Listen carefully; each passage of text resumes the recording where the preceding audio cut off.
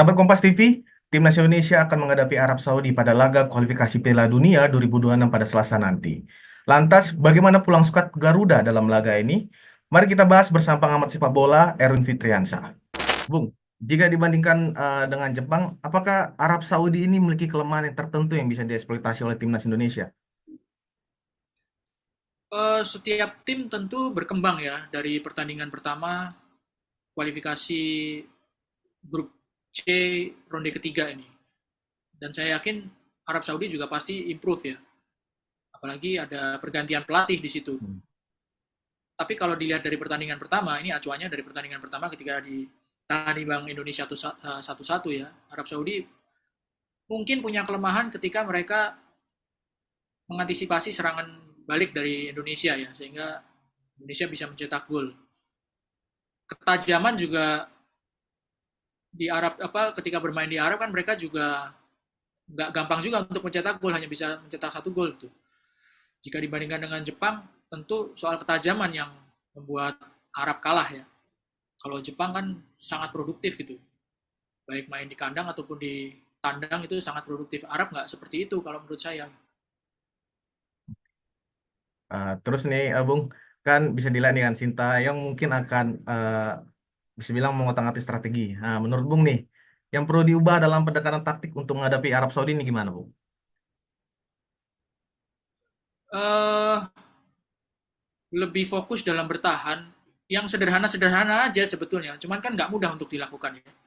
Lebih fokus dalam bertahan, lebih cepat ketika transisi menyerang dan lebih efektif menyelesaikan peluang gitu.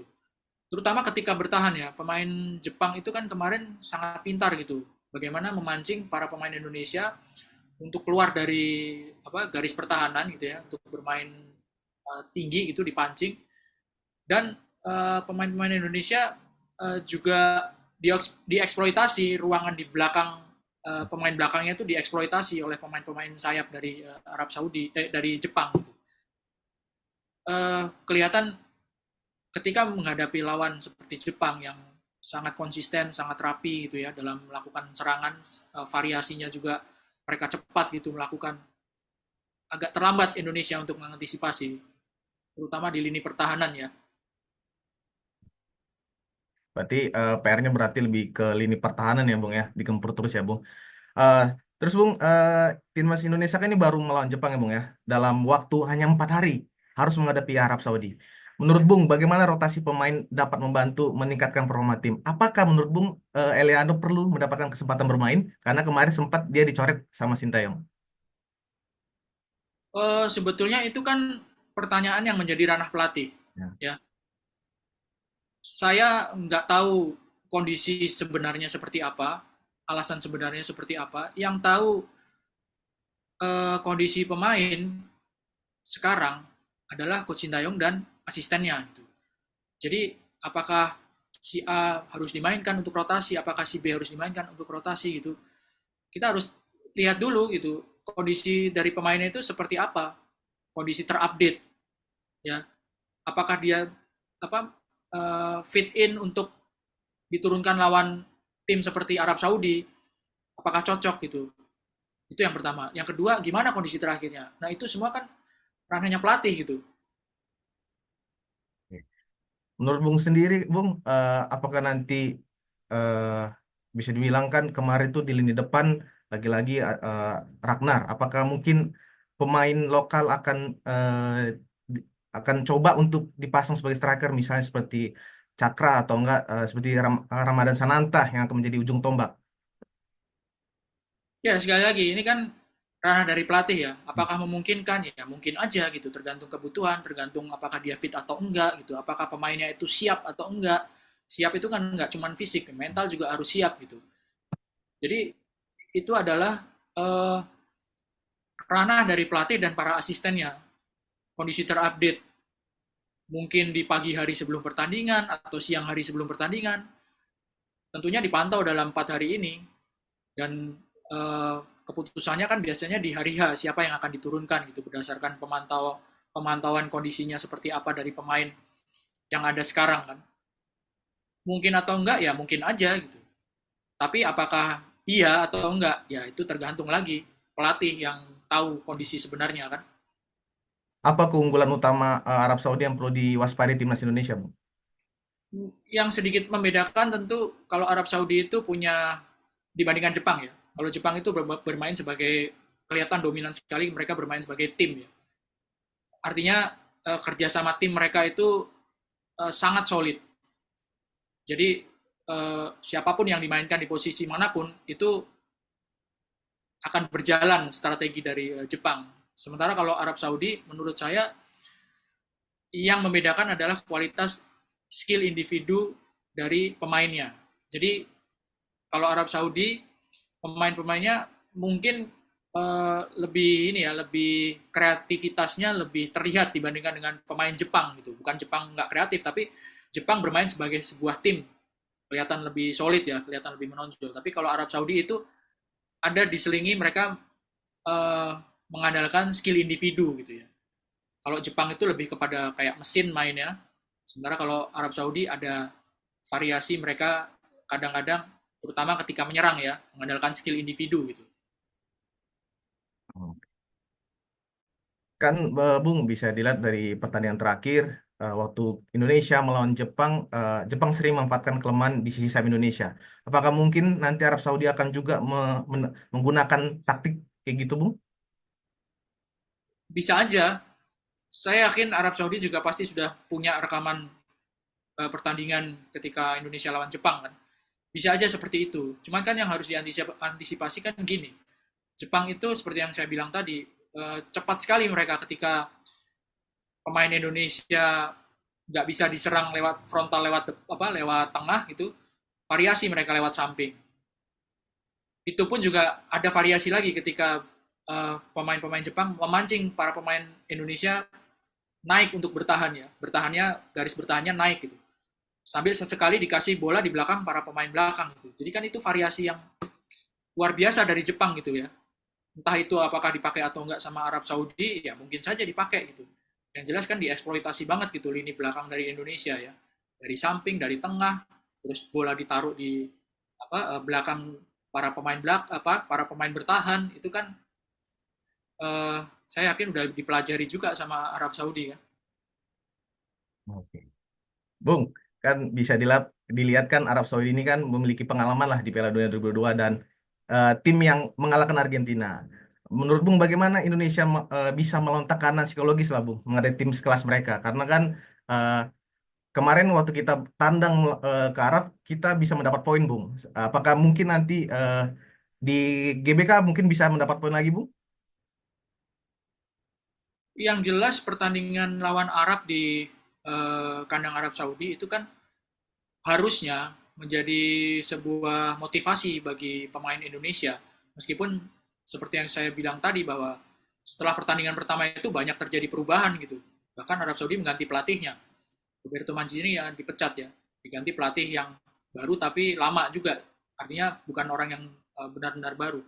Ada perubahan yang terjadi dari kedua tim. Indonesia juga kan kedatangan Kevin Dix gitu, yang di pertandingan pertama nggak datang, nggak apa belum belum bergabung gitu kan, belum jadi pemain Indonesia. Artinya skor 1-1 di kandang Arab Saudi itu harusnya bisa jadi motivasi gitu ya. Terlepas dari Arab itu juga sudah berubah pasti permainannya gitu.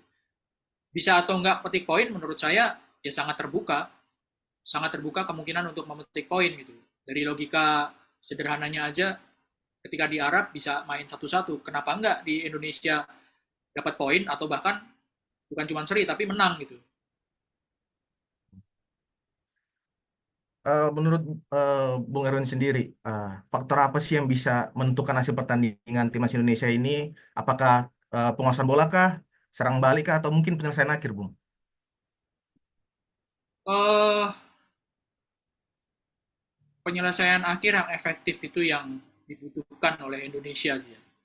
Ya waktu lawan Jepang dalam skor 0-0 kita punya 3 peluang yang depan gawang Jepang gitu ya cukup terbuka gitu tapi nggak satu pun yang bisa menjadi gol. Jadi penyelesaian akhir itu yang menjadi PR yang belum terselesaikan sampai sekarang sih. Sebagai tuan rumah ini, Bung, Indonesia kan pasti mendapatkan dukungan pundas supporter. Bagaimana pengaruh atmosfer stadion terhadap mental pemain, Bung? Apakah ini sebagai apa namanya bisa bentuk semangat gitu sebagai untuk para pemain gitu, Bung? Ya sejauh ini kan sudah sempat bermain lawan Australia, lawan Jepang. Saya pikir atmosfernya sangat positif ya. Tiket sold out gitu ya, pertandingan berjalan tertib, meskipun hasilnya nggak maksimal, lawan Australia seri, lawan Jepang kalah telak, penonton tetap memberikan support yang positif gitu ya. Itu yang dibutuhkan oleh pemain dan saya rasa pemain juga pasti akan uh, merasakan support itu dan harusnya bisa untuk menjadi semangat ya, terlepas dari hasil akhirnya seperti apa. Bung, kalau bisa uh, dibilang kan kalau Indonesia bisa mencetak duluan, pasti ada kemungkinan kita bisa menang atau imbang. Nah, menurut Bung, seberapa besar peluang Indonesia mencuri poin dari Arab Saudi, terutama jika mampu mencetak gol lebih dulu?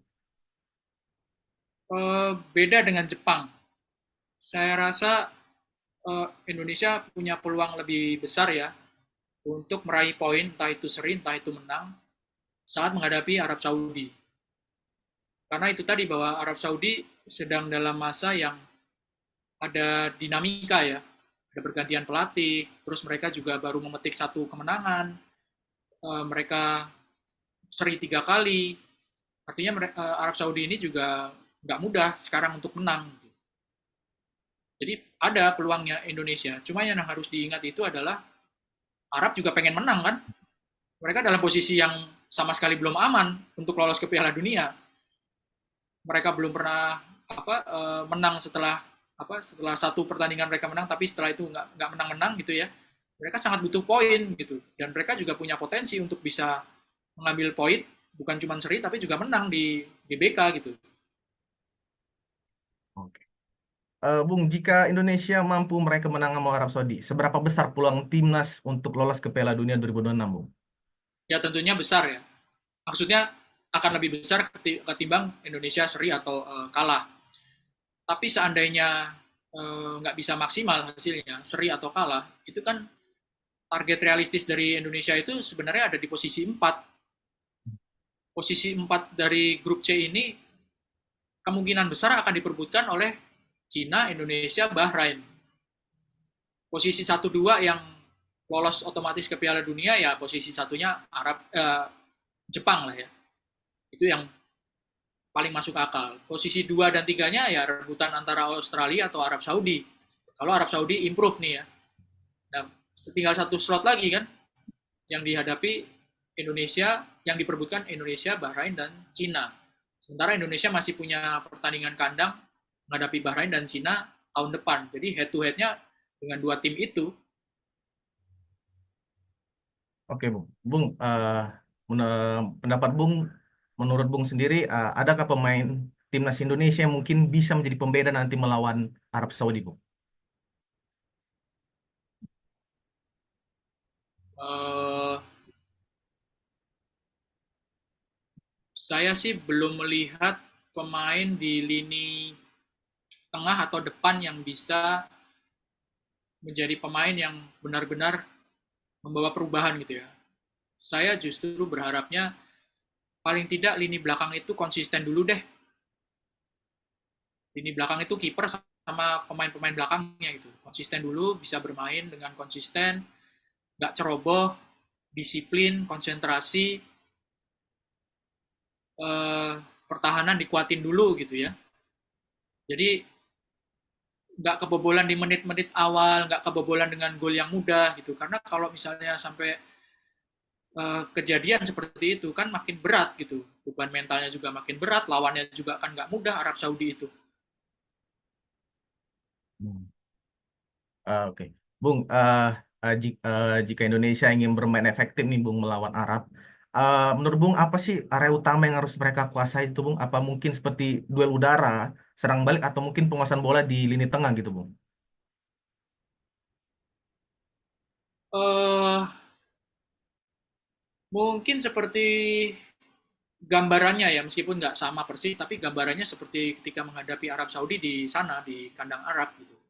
tenang dulu, menguasai bola gitu ya, disiplin, konsentrasi, rapat di lini belakang, dan ketika menyerang itu transisinya bisa berjalan cepat dan peluangnya diselesaikan secara efektif. Jadi nggak bisa hanya bisa menguasai duel udara atau menguasai lini tengah aja. Nggak, menurut saya harus ada satu satuan dari permainan gitu ya. Nggak bisa cuma satu hal atau dua hal aja gitu. Tapi intinya sih nggak gampang kebobolan dengan gol-gol mudah, dengan gol dari kesalahan sendiri, dan efektif ketika melakukan serangan balik gitu. Efektif itu adalah ketika ada peluang ya sebisa mungkin dimaksimalkan untuk menjadi gol. Oke, Bung. Menurut Bung sendiri, prediksi skornya nanti Indonesia melawan Arab Saudi berapa, Bung? Mungkin satu-satu ya. Ya, satu-satu ya, Bung ya. Oke, yang terakhir nih, Bung. Mungkin Bung ada yang ingin pesan khusus nih sampaikan untuk masyarakat Indonesia yang laga penting ini karena kan bisa dibilang ini laga penting yang harus kita mendapatkan poin, Bung. Ya, supporter dan masyarakat Indonesia yang mendukung tim Indonesia hendaknya mendukung dengan cara yang positif ya. Positif itu adalah tidak menuntut berlebihan.